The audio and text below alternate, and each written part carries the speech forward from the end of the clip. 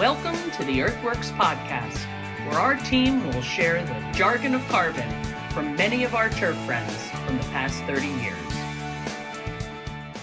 Hey, everybody. This is Kevin Hicks with EarthWorks, and this is not going to be a normal podcast, but it's kind of a spur of the moment thing that popped up on my radar a week or two ago. I'm lucky enough to have both Justin Woodland and Dave Wilber on today. And this might be a little bit shorter one, but I think it's a story that's worth telling. Something Dave's been doing, and it really came about in a roundabout way, in an unexpected way, I think, right, Dave, as far as what we're going to talk about. But Justin and I kind of put our heads together, and he took the initiative and got a GoFundMe account set up for some of the work that Dave's been doing with his local community. And I wanted to highlight it. I was thinking about highlighting it. Joel and I were discussing it, and then Justin called me on, I don't know, Friday or Saturday and said, this is what I'm thinking about doing. So it all kind of came together. But those of you that don't follow Dave, we'll tell a little bit of the story here in the next couple minutes. But through circumstances out of his control, largely, he's taken on a different role in his career, if you will, his career path. And quite frankly, I hope you don't mind me saying this, it was out of necessity for health insurance. This kind of got started, right? That's where it all got started. Is COVID happened, and I turned 55, last year. And for those of you that are young, 55 is some sort of bizarre line of demarcation for when the health insurance companies decide that you're going to be sick a lot, Right. And my health insurance because I've always had an individual kind of plan, right? Self-employed right deal. And my health insurance, it tripled, Sheesh. when I was turning 55. And wow, this is pretty nuts. Probably being an individual, probably from a whole lot to triple. Yeah. Right. From more than I wanted to pay to 3 times more than I wanted to pay. Yeah. And I thought, man, this is, I got to do something here. So I looked at various kinds of, getting on a group plan. This was before GCSAA had done anything, so that wasn't an option. I just was trying to kind of figure it out. And so one day I'm literally driving by this banner that was hanging, down the street from me at an elementary school that said hiring bus drivers, hiring school bus drivers. And I thought, well, geez, I have a commercial driver's license. I could do that. Yeah. You probably drove by that sign 100 times too. I never even noticed it. Yeah, I had a Class A license, so I did some research, and it turns out all I had to do was pick up an endorsement, take a couple of tests, right, and then take a practical test for the school part of it. Sure.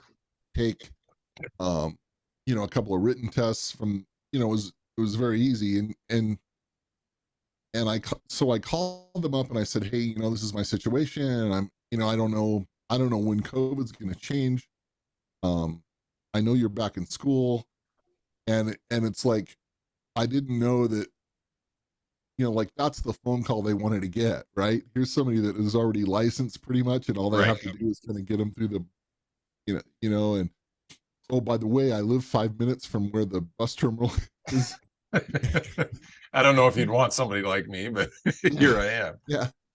And, and so, and I was real straight up with them. I said, they were like, why do you want to be a bus driver? And I said, well, quite frankly, I need health insurance, and I see, because I went online and looked at all the stuff, and I see that if I do, a minimum of 20 hours a week here, I can qualify for, school systems health insurance. Yeah. So that's all, that's what I said. I didn't have any big burning desire to do that. And I was very straight with them and said, if the world opens back up and I decide I'm going to, be Dave Wilber turf consultant again, I may not be with you long. They're like, we'll take you for 4 days if we can get you, kind of thing. Yeah. So, so I went through a little bit of training, and and at first they put me into kind of a standby kind of thing. We'll call you if we need you deal. And that changed really quickly. And I ended up driving mornings and afternoons for what might be considered the toughest neighborhood and the toughest middle school in my area, of Denver Metro. Yeah. Well, yeah.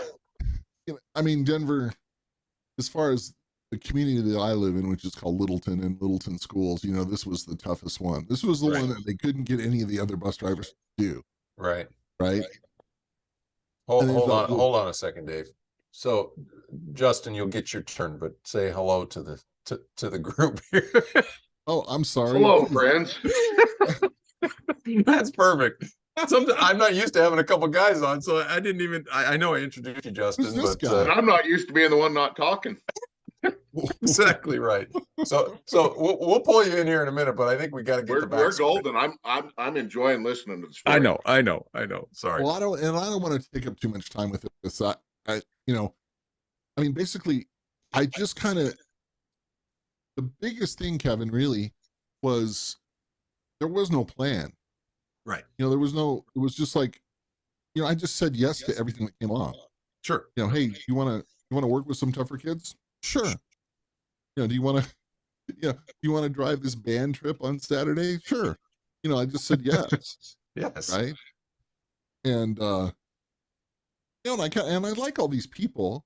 Like some of the bus ladies are super cool. There's some ladies that have been driving for a long time. They're pretty cool. There's some guys there that are kind of like us, kind of like me, our age, right? My age, and different walks of life. I mean, there's a guy who used to be an airline pilot. No kidding. Wow. Yeah, there's a guy who doesn't want to be a dentist anymore. After a zillion years of having his hands in people's mouths, like, I want to do that. So, it's funny, right? Yeah. So yeah. I'm just saying yes to everything I can, and they put me on this bus route, and it was tough. I mean, I'm not gonna lie. I got owned by a bunch of 6th, 7th, and 8th graders for a few weeks, and I thought, what? I'm not doing this way. Yeah. We're not going to do this way. This doesn't make sense. I'm trying to play politically correct. I'm trying to, and that's not my personality. Sure. Anything like that. Right. So, the first time there was a Hispanic girl who, and I would say, 70% of this route is Hispanic, and that has nothing to do with anything. Right. I mean, I'm not, it just so happens that I speak a little bit of construction site turfgrass Spanish, which mostly includes cuss words. So I kind of know when the kids were cussing me out. So you got the vernacular down, right? Yeah. Cabron, And so this one girl just basically got on the bus every day and told me to go F myself, and I'll try to keep the language a little bit clean. Tough little Latina girl, right? And and I finally had enough of it. And so as she was getting off the bus and she was doing her usual thing with me, I just spoke to her and said, F you too. Right? And it stopped her cold. And she's like, habla español? Uh-huh. Uh-huh. Uh-huh. The whole time. Thank you very much. And, un poquito, but enough to know that you've been motherfucking me for, for 4 weeks now. And that kind of changed a lot of things, right? So I did that. The other thing is, I love music, right? So I bought a little Bluetooth thing that would like play through the bus radio. So I started playing some decent music on the thing, and that was kind of a reward. And it's like, if you guys are screwing up, I'm gonna turn the music off. Right. And I said, if you guys want to give me a 10-song playlist, I'll play that music. But it can't be anything explicit, right? So it's, so if it has a little E by it on Spotify, forget it. Right. So don't bring me your gangster rap. We're not playing that. Right. And Mr. Bear, what's this? Well, it's and they start calling me Mr. Bear, right? And where that got started is there's a bunch of Daves that drive school bus, and they're so like, you got to pick a nickname. And I said, well, I don't know, call me Bear, right? I wonder why, Right. So the kids all start calling me Mr. Bear. Somebody gives me a sign to hang in the bus that says Mr. So suddenly I'm famous, right? I'm the bus driver that plays music, likes rap music, was introducing him into Led Zeppelin and Pink Floyd, had actually seen Nirvana. Yeah, you've announced that on your Twitter feed too. Today's selections come from Led Zeppelin and things like that, which is cool. Yeah. So I just kind of struggled through it, and we had some stuff. I mean, these guys are, they were a rough and tumble crowd, right? And we had a couple of fights on the bus. We had a couple of things, and I started to really see that a lot of this was coming out of the fact that COVID had them out of school for a while, right? And the only structure in a lot of their lives, right? Yeah, and their social skills, and most of their families, in one way or another, were working. We're talking about working class people, and so they were probably home playing video games by themselves or out hanging out, on the corner with their friends, and there wasn't a lot of sensibility about how to be social, and so I found myself having to kind of teach that a little bit. And one of the assistant principals jumped on the bus one day when I was dropping kids off and said, I don't know what you're doing with these guys, but it's really coming into the school. Like we're seeing some changes. Okay, well, whatever. And again, none of this is conscious. This is just this is all just whatever. I like the rest of the world. I don't know what's coming. I don't know what's going to happen. I don't. Can I become a turf cars consultant over Zoom? How do I put all this together in my life? So every day was, it was, and in a lot of ways still is, just kind of crazy. But I was just bold with it and all that sort of stuff. So fast forward to this summertime, they convinced me to drive for summer school, and again, this is one of those, nobody wanted to do it deals, but I said yes. And I ended up with like 60 elementary school kids on my bus, and I don't know if you guys know this, but kids don't want to go to school in the summer. Huh. Did you know that? A lot of them don't want to go in the winter. Justin, maybe you went to summer school. I don't know, but I never did. Right. So all of a sudden I've got a whole other crowd of like littler kids, and the first time I bark at a first grader and tell him, to knock it off, stop standing on the seat, and he starts crying, I'm like, oh, this is bad. I don't know what I'm doing once again. And I just kind of get through summer, but I started to see some stuff happening. And one of the things I saw three brothers they were bringing their school lunches with them onto the bus. Right. And it's like, you guys can't eat on the bus. No, we're not going to eat on the bus because we have to take this food home because our family doesn't have any food. And I'm like, what? Say that again. Well, these are elementary school kids. These are elementary school kids. Gosh. Three brothers, second, third, and fifth grader. Right? Taking their school lunches home every day so that mom and dad and their younger non-school age sibling could have something to eat. And guys, it cracked me. I mean, I can barely tell the story now. Right. And then along with that, I had two families. I had four little Afghani kids whose families basically, fled Kabul when the whole thing went down there. And were refugee kids, right?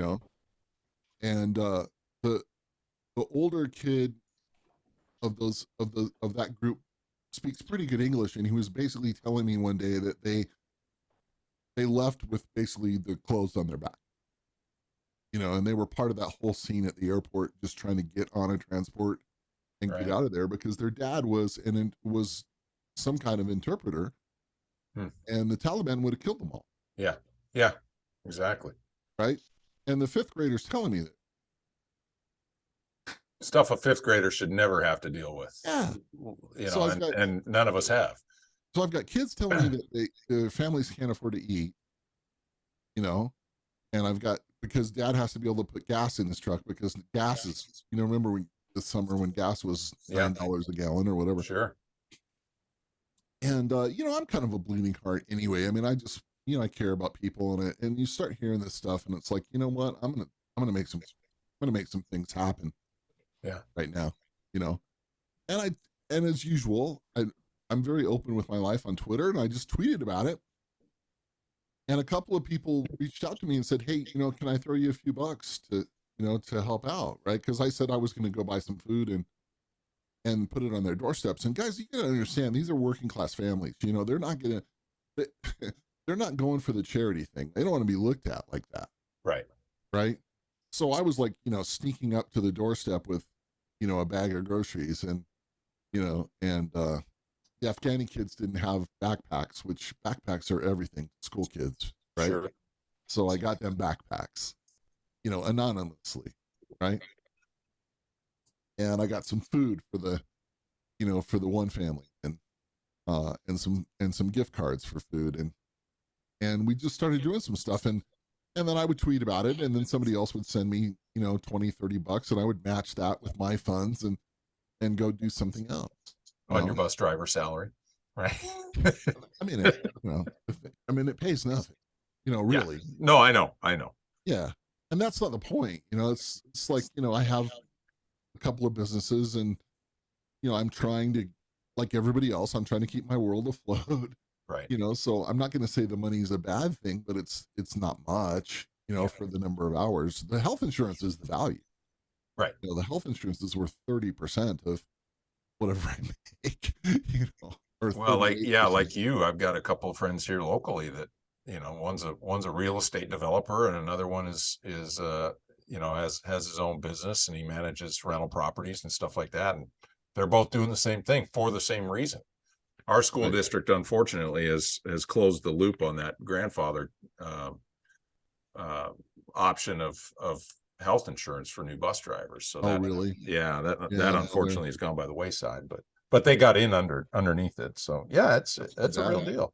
So the kids, and you know, going back a little ways, you've got stories of kids. I mean, the other thing that you and I have talked about before is, you know, with 3 boys of my own, I've coached a lot of little league and, you know, rec league basketball and stuff. I'm by no means a coach, but I'm the guy that didn't say no a few times, and then all of a sudden you end up in the circuit. But you can always identify the kids that are in trouble, whether it's, you know, broken families or not enough money to feed the kids or what have you, and you can pick them out really, really quickly. And you know, I think you've got tons of those stories too. That kids, you know, real at-risk kids that you've affected in a very, very positive way. That could be something, you know, down the line after you and I are long gone, and Justin, I know you're younger, Justin, but after we're long gone, that, you know, I hit the 5-0.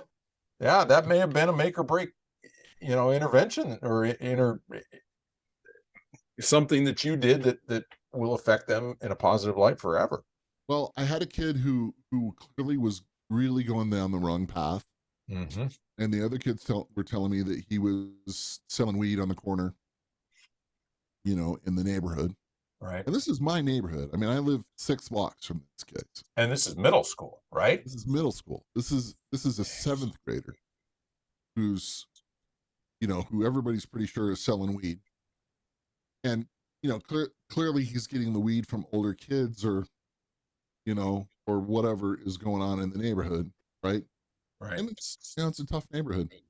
And, you know, he popped off to me one day, and I kept him on the bus one morning when we got to school, and I just let him have it. And I just said, dude, are screwing up your life. You know, you're going to end up in juvie. You're going to end up going down a road you don't want to go down. Yeah. And you're going to end up learning some lessons from some people who are way tougher than you. You know? Right. Because he's, you know, thinking he's all that, right? And I'm like, it's not going to work for me, you know. And first of all, if you're going to ride my bus, you're going to act right. Mm-hmm. Period. You know. Second thing is get your stuff straight, bro. And he's like, why do there, there's no dad in his picture. There's no, he's never really had a guy talk to him like this, or even call him out, right? I mean, right? More than likely. And he basically says, well, why do you care? And I said, because you're a neat kid, because you're a smart kid, because I see what you do when you're not screwing up, because I see who you are. I've been around people all my life, and I see that you're a neat kid, and you're going to end up in a very bad place. Yeah. Yeah. And, at first it was kind of F you, then it was really, and then a few more of those kind of interactions with him and just, hey, how's it going? And just, just keeping him a little closer. The kid walked into his school counselor's office and said, I gotta fix some stuff, and I don't know how to fix some stuff. And he was able to kind of deal with some of his family issues and, some of those things. And he's really, really turned it around. So cool. And, he became one of my rock stars. And when I was having trouble with a 6th grader, I just kind of said to this kid, his name begins with a B. I just said, B, would you deal with that guy? He's making me crazy. And he just walked right up to him and said, you know what? Don't mess with Mr. Bear and don't screw up our deal here. Yeah. Right? Okay. Well, coming from a peer, that solved that situation immediately. Sure. But the girl who told me to F off, every day invited me to her quinceañera. Which is when you turn. That's a big deal. 15, that's a big deal. Yep. And she says, you and your girl will be the only white people there. I hope that's okay. Yeah, it's fine. It'll be just fine. Yeah. I'll handle it. Hey, Wilber, I know you could go on for hours and you've got a million stories, but can you please touch on the one that we spoke about? That's a pretty amazing story. So this year they have me driving. I'm not driving for that middle school. I'm driving for the alternative high school and the high school that's tougher of the 3 high schools in our area. Okay, right? You can handle this. Now let's see what you can do with this one, right? So they pump me up the dam, right? and the alternative school is middle schoolers and high schoolers, and there's a lot of really at-risk kids there. And there was a girl on the bus. Her name begins with M, so I'll just leave it at that. I've been trying to be anonymous with these guys, and neat kid, neat girl. They all have colored hair and they all wear black, right? Mm-hmm. This bunch, right? They're pretty. They think they're alternate kids, and so. And I got a little bit of coaching about, but that program is actually pretty amazing in my community, and the administrators and stuff are really, really neat people. And I'm okay, I can handle this. Well, this girl was sitting in the back of the bus, and she was hurting herself. She was punching herself, and she was smashing her head on the seat, and she was cutting herself. Okay. And when she got off the bus,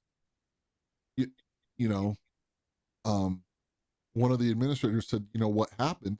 And she said, well, the bus driver was driving crazy, because her nose was bleeding, right? Mm-hmm. And her face was all bashed up. And the bus driver was driving crazy. So,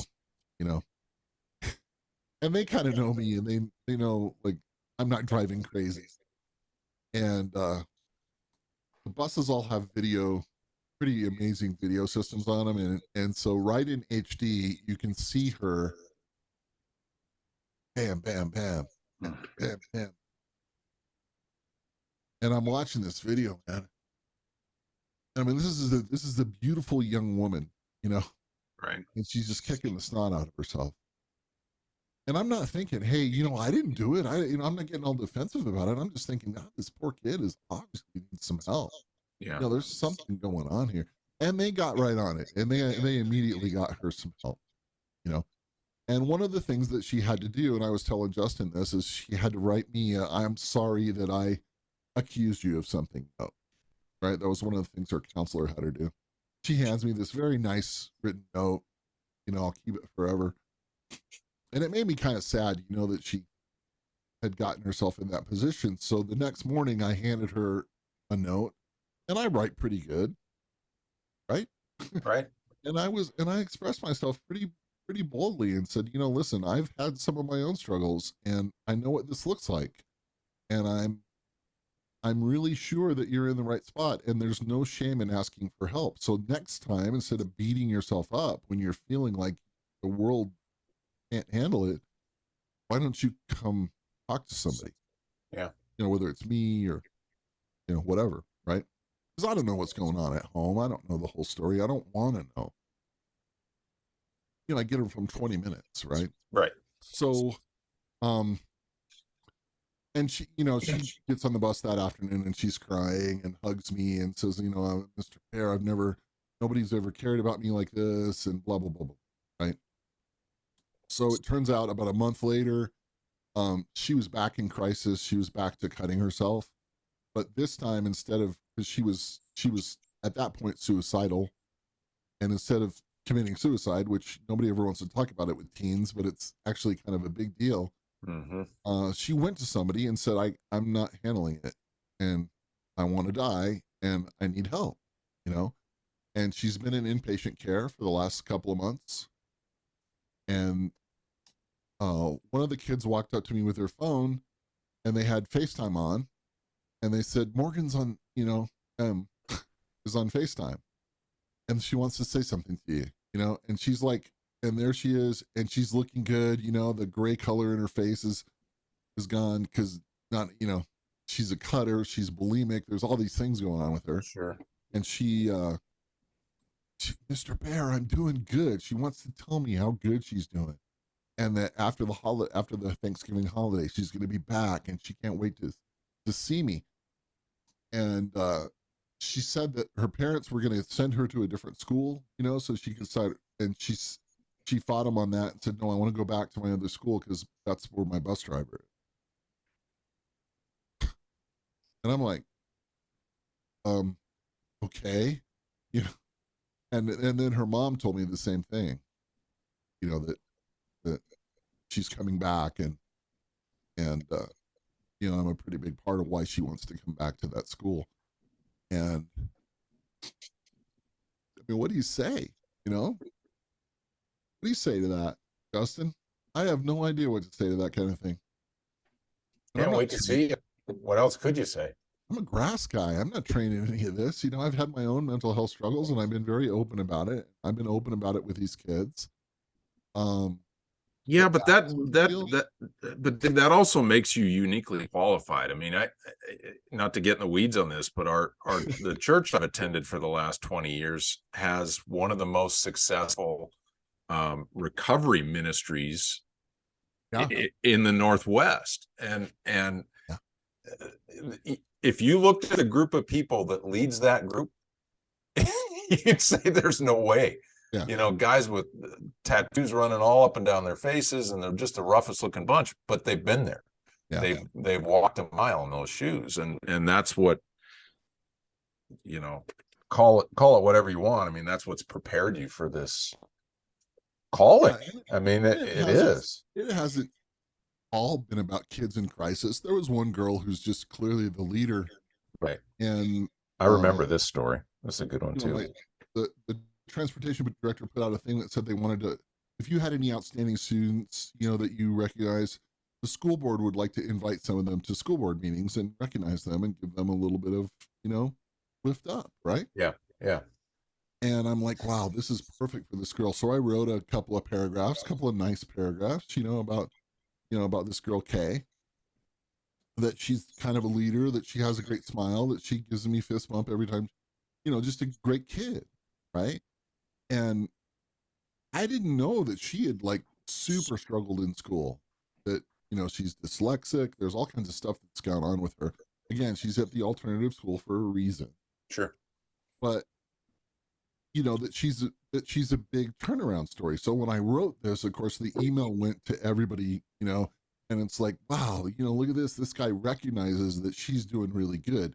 Yes, let's get her to the school board meeting. And yes, let's invite him to come and, and say something. Right. And so, at first she's like, you're such a jerk. You know, I don't want to go see all the, I don't want to do that. I don't want to get dressed up. What do I wear? You know, I don't, you know, because again, this is one of those kids that wears black, you know, or Yeah, their, yeah. or her plaid pajama bottoms to school, you know, and I'm like, it doesn't matter what you wear. I'm going to wear jeans and you know, and a shirt. I'm not out to impress anybody. You've already impressed them. Okay. You know, just show up and she got her picture taken with everybody and, you know, my bosses and the school board and, you know, you know, her friends came and, you know, her mom came and, you know, a bunch of the staff from her school came who had all been part of her turnaround, you know, and, you know, to see what that's done for her. Like she was already doing great. Now she's just on another path. Awesome. Right? Yeah.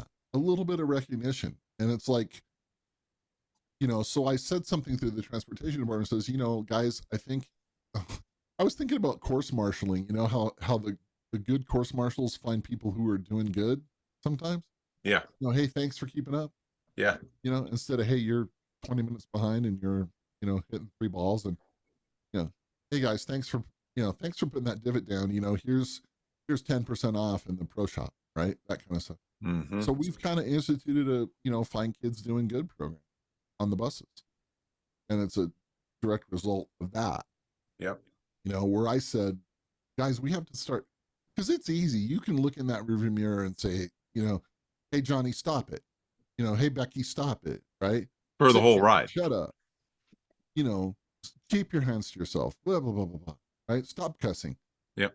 Or you can say, hey, you did great. Like, you're amazing. Thanks for helping that student. Thanks for whatever. You know, here's a coupon for the school store, or, you know, different, you know, there's different avenues we have. I couldn't believe what it does for those kids. Right. Well, you know, we've all run crews and seen it run both ways. And right? usually the positive reinforcement is a lot more effective, right? Yeah. When Mike Kozak used to hide money in Coke cans so the guys would pick up the Coke cans. Right. And nobody picks them up, right? We laughed about it until there were no more, you know, there was no more trash on the golf course. It's like, yeah, that's the easiest $20 I ever spent. You know, put that's 5 right. pieces of trash out with $5 bills in it. That's right. So anyway, I'm thrilled. I mean, we've been able to help kids and help families. There were a couple of bilingual bus ladies. And there's a lady who works in the office who helps with the, you know, with just general admin stuff who's bilingual. And so now when I hear, you know, my parents can't fill out the form for the free lunches or for the reduced price lunches because you know that's back. Yeah. Now we've been able to get somebody on the phone with them who speaks Spanish and get the forms filled out. Same thing with some of the kids who might live just outside the boundary of one of the bus routes or whatever. Mm-hmm. You know, like they draw a line on the map, right? And this kid moves across the street. Well, now they're on the other line. Yeah. Which means they have to walk, and it's absurd, right? Right. And so we can fill out an application that says space available, but you know, their parents have to do it or be part of it, right? Or their guardian or grandma or whoever, and they need help with that stuff. So we've been helping them with that stuff. We also were able with some of the donations that I got and stuff to pay for a bunch of school lunches for kids for the year. You know, I think we're up to almost more than 40 now. Well, and the sad thing is your community is by no means the only one dealing with this stuff. It's every community, but you know, the connection to the turf world and your connection to all of us and to Justin and I mean, that it's so funny how Justin, you and I seem to be on the same page a lot of times. And I was thinking it, and then all of a sudden my phone rings and I said, well, I know I didn't say it, but I thought, well, I already know what he's calling about. You know, how can we pull this together? And you had already taken a step in that direction and set up this GoFundMe. And I think and I didn't ask him to do it. No, I know you never would. You never would have. So I commend you, Justin, for taking the initiative and doing this. But, you know, I texted you this morning, Justin, and said that it's all over my Twitter feed that, every day is a something day, right? Well, tomorrow happens to be Giving Tuesday. Today is Cyber Monday. Tomorrow is Giving Tuesday. I don't know why we don't put the giving ahead of the buying, but with that in mind, and obviously this won't hit the airwaves until after this Tuesday, but this is an opportunity to give one of ours a little support within the industry who's clearly doing some amazing stuff in a very unassuming way. And I think that the impact's going to be so long lasting for a lot of these kids, and whether it's some food snuck onto the doorstep or helping kids out with the lunches or whatever, we want to do whatever we can. And Justin, share with everybody what you and I talked about as far as donations. Talk about the GoFundMe you set up, and let's see what we can do. There's a couple things I got out of this, and I'm probably going to blow a lot of sunshine up Wilbur's skirt here, so I gotta be real for a second. Okay, First buddy, off, I didn't know I'm wearing pants, so yeah. So I'm just shocked he could be within 500 feet of a school, let alone ride a school bus. So that's true. I had to pass the background check. Shocking, huh? Yeah. And then why the hell would you sell weed in Colorado? Those are the two things I got out of this. That can't be a lucrative business. That's like selling snow in Alaska. Yeah. Well, so no, but on a more serious note, I love you so much, brother. We needed that, by the way. Yeah. Okay. Okay. I've got a little background with Wilber, and it all started off with just kind of listening to his Turfgrass Zealot, kind of one of the things, and I think he changed a lot of the way some of us superintendents look at things, and on an agronomy level. And I think he was a large impact in me wanting to be the best I could be in my career. I owe a lot of what I do. I owe a lot about my my little side hustle to Wilber, and thinking outside the box and actually believing in myself and having the self-confidence.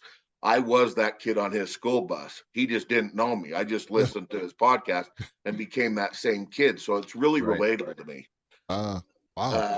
And there's a saying that our culture here in Utah has growing up, and it might be there also, but it's because I have been given much, I too much must give. And I've been very blessed, had some serious tragedy happen with the family, some instances with a daughter with leukemia and everything, and the amount of people that stepped up was just unbelievable. So reading and following his tweets and his stories, it was a no-brainer. I tried to call him to get permission, but he was on the plane heading to get that wonderful tan he's sporting right now. Yeah. Yeah, right. And so I didn't ask for permission, but I just did it. And I wasn't looking for, even though it's nice to get that $100 donation and the 200 and Joe throwing in 250. I mean, that's awesome. That's not what I was looking at. I was looking at the guy throwing in $5, taking the $5 or $6 you're going to get at Starbucks that day, bypassing that, or bypassing your number one supersized with a Coke at McDonald's, throwing in the $5, $6. And if we can get enough turf guys and enough people following and sharing and telling this amazing story, what we could do as a turf community and outside of that box, I think could be something absolutely amazing. We love the $10, $20, $50 donations, but I don't know who doesn't have $5 just to say, you know what, we're going to pay for that kid's lunch for 2 days at school. Yeah. And so that's where I would love to see this go. I would love to be able to share this because I think there's a bunch of us that are following you and listening to you that are those kids on your bus that you've changed their lives. And this is our way of saying thank you. Yeah, for sure. Well, Justin, first of all, I don't know what to say. I mean, I didn't intend to fundraise when I started telling these stories.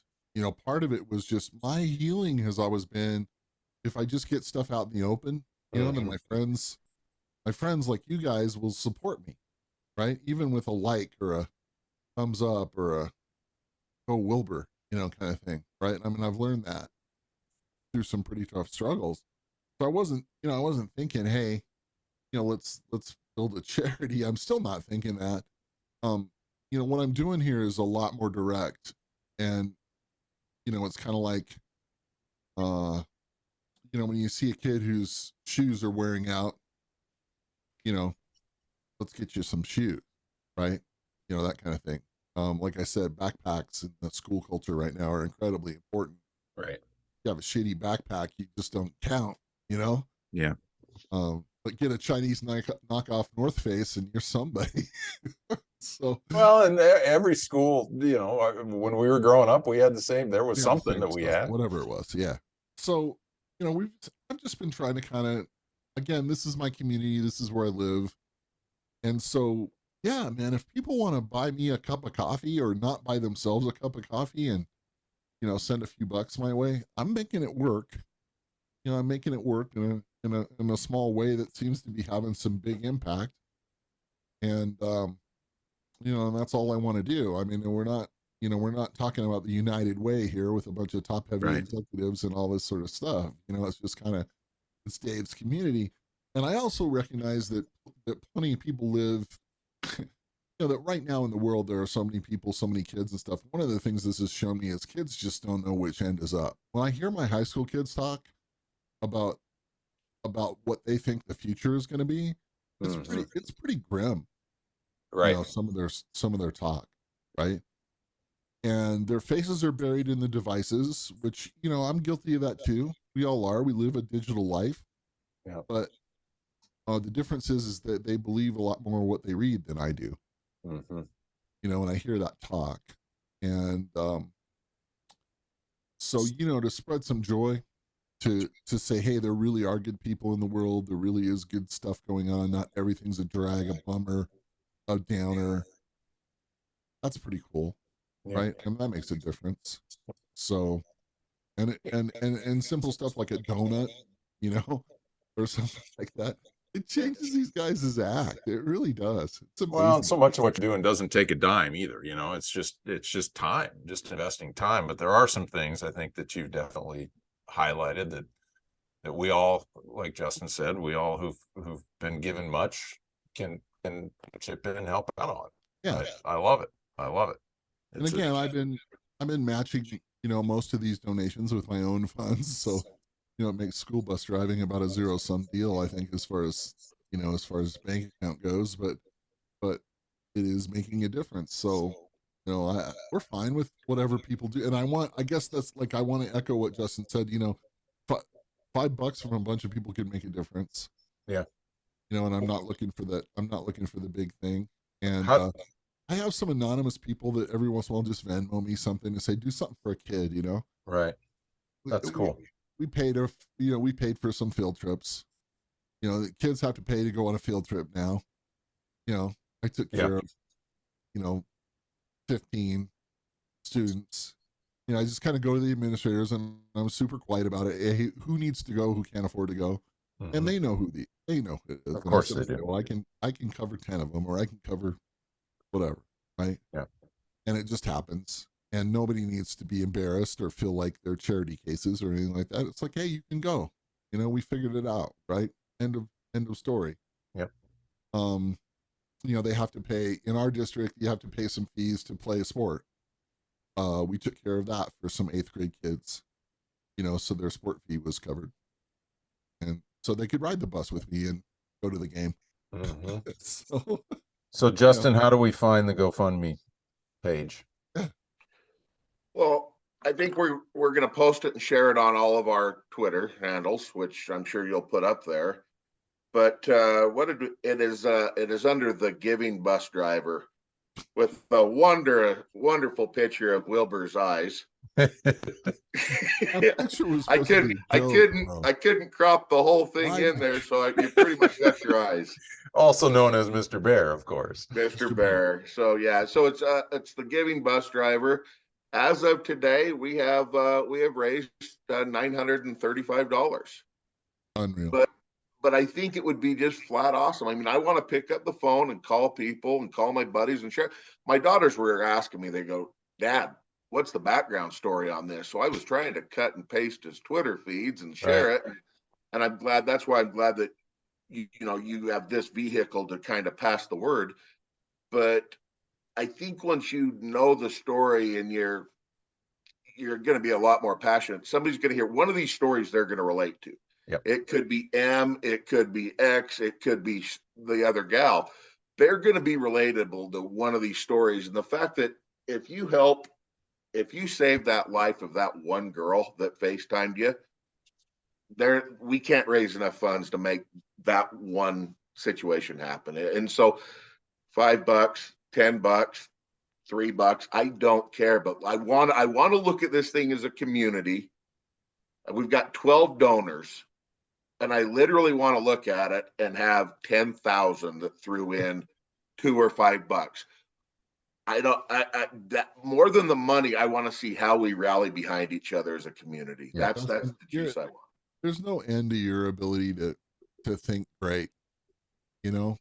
Thank you. But I think I told you this a while ago, and me and Wilber had a talk. He was asking about a backpack. I had some. And he's like, "Why are you sending that to me?" Oh, yeah. I said, Wilber, I'm a mooch. And you know that I call you on Sunday mornings, Hicksy. I am a flat mooch. And I am going to beg, pry, ask, and try to get any info I can from you two. Yeah. And this was a nice way for me to be able to say thank you for it. Here you go for your time, because I know he's not going to send me a bill. Well, I use that thing every day, so just so you know. But that's just kind of how I'm use that till it wears out. To say thank you, and the way for other soups to say thank you, and appreciate what you're doing, Dave. Keep it up. Yeah, good stuff. And this is one of those things that as EarthWorks has given us, as you call it, the vehicle to do these little podcasts and conversations. I've really kind of identified that the turf industry in general needs a diversion. Needs whether it's a mental or whatever, they need a diversion. And so I'm trying to highlight that one I did which was very awkward, me just reading stories from a lot of listeners, contributing crazy stories.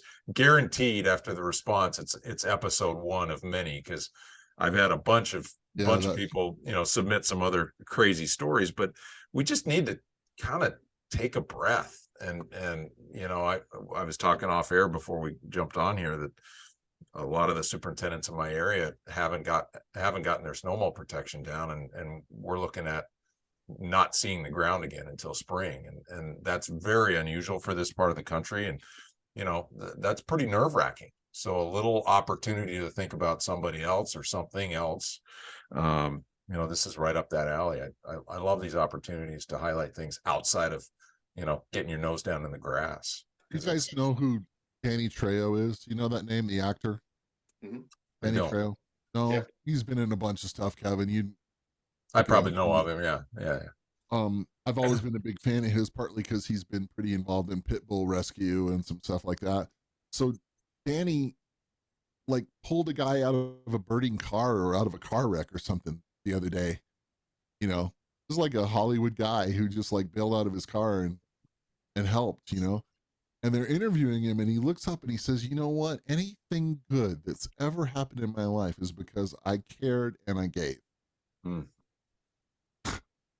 He just was straight up about it, right? And this guy's all tatted up. He did prison. He's the one that always plays the prisoner or whatever. Right. He always plays the bad guy or I'm watching a documentary and he's the main character that I watched last night. Yeah.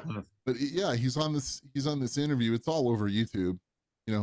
Anything that's ever happened good in my life is because I cared and I gave. Oh, I know. Yeah, I know who you're talking about. I had to look him up. Had to Google it. And I'm not, it's giving means a ton of different stuff. It doesn't always mean, folding money. right? You know, so, and I guess that's the lesson that's been in all of this for me is, and it took some people to point it out. It's like, you know, you were trying to figure out how to help your community, what to do in the community. You know, Kevin, you just ran for office. You know, I'm probably not, I don't think I'm very political. I don't think anybody really wants me sitting on the school board. But I was told this was a nonpartisan position, which is why I was willing to do it. So let's right. see how true that shakes out. But I do believe that if our world is going to get better, we have to put ourselves in some places where you're, you know, selfishly doing some, you know, some stuff, right, and making a difference. So, you know, in my neighborhood, we're talking about gentrification. You know, there's older houses. I happen to like my old house, even though it breaks a lot and gives me a lot of fits. And every time I open up something, it just, you know, it's 4 times more expensive than I thought it would be. But I happen to love it, and I love my old neighborhood. I you know, I love everything about that. But then, you know, with Denver, this is where the yuppies want to be, and unfortunately, you know, that's pushing some of these families that we've been talking about out of here. Yeah. And I'm not sure I'm for that. Right? Yeah, I'm not sure I'm for the, you know, you talk about we talk about the marijuana thing, but I don't know that I want the, you know, the dispensary people necessarily, you know, displacing, you know, some of these families that I've gotten to know. Right. So, you know, we're gonna do some stuff to make this place, because it's a very, very cool place to live. It has a lot of character and a lot of characters, you know, and it's changed, a lot of this has really changed my idea about how I see people, you know, what they've gone through and what people go through. God, it's astonishing, you know, that most of us are even upright sometimes. That's true. You know? That's and true. So sometimes when it, you know, when it looks bad, when it smells bad, people don't want to go near it. You know, I get that, but I think that's where the work is too, you know. So so I like that part. Justin, one of the things we talked about over the weekend is we're not going to get to it, but you also have something similar as far as what your little mom and pop golf course, the Barn, has done for you know, community outreach in the golf, specifically in the golf world. And we got a couple of minutes. We might as well talk about it. But I mean, it's an overarching theme of this conversation. It's just, you know, it isn't necessarily about the money. It's just about, you know, giving of yourself and your time and your, you know, Dave, your experiences. I mean, those things are real and can be used for good in somebody else's life. What, just real briefly, kind of talk real about quick. that. My dad passed away a little over a year and a half ago from COVID, and in lieu of flowers, we set up a foundation for junior golf. Background is his mom raised 4 kids as a single parent on $3.35 an hour, and they would have never had the opportunity to play had their uncle not owned a course, and that's where they worked and were able to play. But as far as flipping down the $2 at the time or $3, so had that not happened, we're not in the golf business. My dad wasn't a pro, my brother wasn't a pro, my uncle isn't a superintendent, I'm not a superintendent. That's not there, you know, had we not been lucky enough to have it in the family, because definitely didn't make the money to play it. Well, my dad didn't want anyone to not, or to use that as an excuse. Anybody that had the ability to, he and my brother felt strong about it. And so as far as kids showed any sign of wanting to play, they're going to be a range rat, they're going to pick up balls, they're going to do carts, they're going to do whatever. And now you've taken that step further to be able to put them in events, and maybe a set of clubs or a bag for some girl that couldn't afford that bag through her high school team and wanted a bag like everybody else. Well, all of a sudden she appears with a bag, so she's part of the team. And that's why I said, in football, you don't have a kid with a different helmet. You all wear the same helmets. You should all have the same bags. You should all, you're a team. And so when we talked about that, I thought that was pretty common. I thought every course did that, and you said that's not real common. So I've got another thing I'm blessed with is that's all I know is the Ma and Pa world. Yeah. And when you know most of the people teeing off and you have that relationship within this community, it's pretty awesome. It's easy for me to, like I said, picture myself as a kid on his bus. Yeah. And put myself in that shoes, or put myself in Wilber's shoes of how can I do it? I'm glad I spent 15 minutes and tried to crop a picture of him and do all this. I don't have to disperse it. I don't have to do the work. He's going to be doing all the work. Right. We're just hopefully giving him the means to do it. It's easy for me to type a little deal and throw a picture on and transfer funds into his account. But I know he is willing to do this, and he's willing to change lives. And I can't wait to hear the stories of the kid that maybe had their first Christmas. Yeah. You know, so it's just cool. The tamale story was awesome. Like I said, we could go on for hours. It's freaking awesome. I know you probably got to go pick some kids up right now, but I just want to thank both of you, because as you may not know it, you guys are my bus driver. You know, you are Wilber. I was that kid that was sitting there, and so's Hicksy, and he talked me into, not to plug the brand, but I'll never not use 822 twice a year and 545 on tees, baby. All right, shut up about that now. So I'm just saying, but we had a lot checks of in the Sunday mail, morning, buddy. Checks in the mail. Yeah, we had a lot of Sunday morning conversations where I used you two as resources. Yeah. And that's what this industry is all about.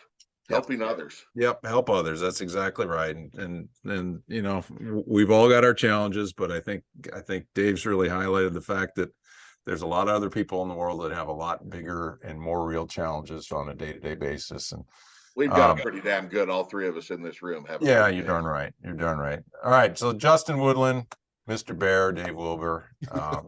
Guys, thanks for doing this little impromptu get together. But I think, you know, this time of the year can be a pretty celebratory time, but it can be a pretty dark time for people too. And I think if we've got an opportunity to impact somebody in the next few weeks or in the next few years, it's kind of our fiduciary responsibility, I think, to do so. And I love what you're doing, Dave. And you know, don't ever shrug it off. It's not some little thing. One last thing, by the way, speaking of giving, is my hat here is from Richmond Country Club. Jay Neisinger, who, you know, is one of an old friend and Twitter guy and all that sort of stuff. He posted a picture one day of these hats he got for his crew, and I'm like, oh, dude, that's so cool. And it came in the mail a couple days ago that I got my hat, right? And it just means a ton. Yeah. You know, it's got cup cutters all over it and stuff. And that's awesome. And you know, our business is amazing that way.